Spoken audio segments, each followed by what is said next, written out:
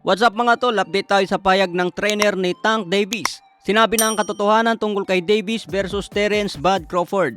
Kumakalat kasi ang naging payag ni Tank Davis na kayang i-knockout si Crawford.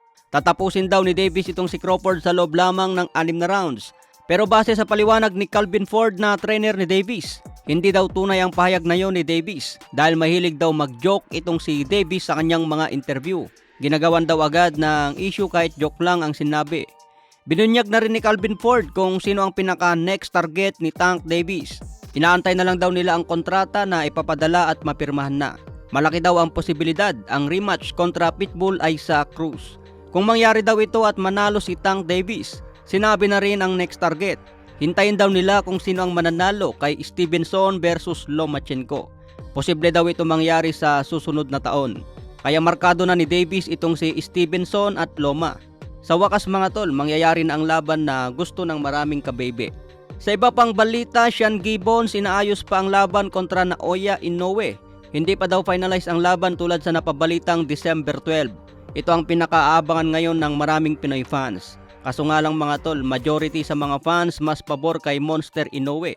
Mas pinapanigan pa rin ng mga Pinoy ang galawan ni Inoue. Nakakalungkot lang mga tol pero ito ang real talk sa larangan ng sports. Marunong na talaga ang mga Pinoy fans. Isang senyales na napag-iiwanan na tayo ng ibang lahi. Kung ano yung nakikita ng mga fans, siguradong sasabihin ng obserbasyon at base sa kanilang opinyon. Kung pangit ang performance mo, sigurado din na ang komento sa iyo ay pangit. Pero wag naman na sanang personalin mga tol. Magkomento na lang tayo base sa galawan sa boxing.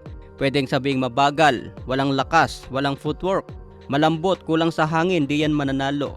Kahit ganyan na lang ang mga komento mga tol, katanggap-tanggap pa dahil yan ang nakikita ng mga fans. Pero sana wag nang personalin ang isang boksingero, lalo na sa personal na buhay. Alright mga kabebe. Sa iba pang balita, Anthony Joshua versus Deontay Wilder, mainit na pinag-uusapan. Maraming expert ang nagsasabi siguradong knockout ang abutin ni Joshua. Kung ang isang Tyson Fury na maliksi ang galawan, tinamaan ni Wilder, paano na lang daw ang isang Joshua na mabagal ang galawan? Isang suntok lang daw sa muka ang tatama kay Joshua, pwede nang matapos ang kaligayahan. Pero sinabi naman po ni Joshua sa isang interview, hindi daw siya tatayo lang sa harapan ni Wilder at magpapasuntok sa muka. Hindi daw magiging madali kay Wilder. Naniniwala si Joshua na kayang tapusin si Wilder. Plano niya i-outbox hanggang matapos ang sukdulang 12 rounds.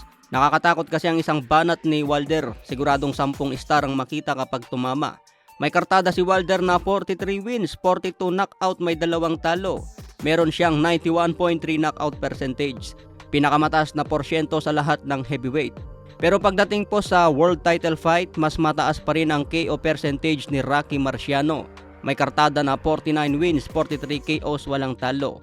Pumapangalawa lang dyan si Deontay Wilder pagdating sa world title fight.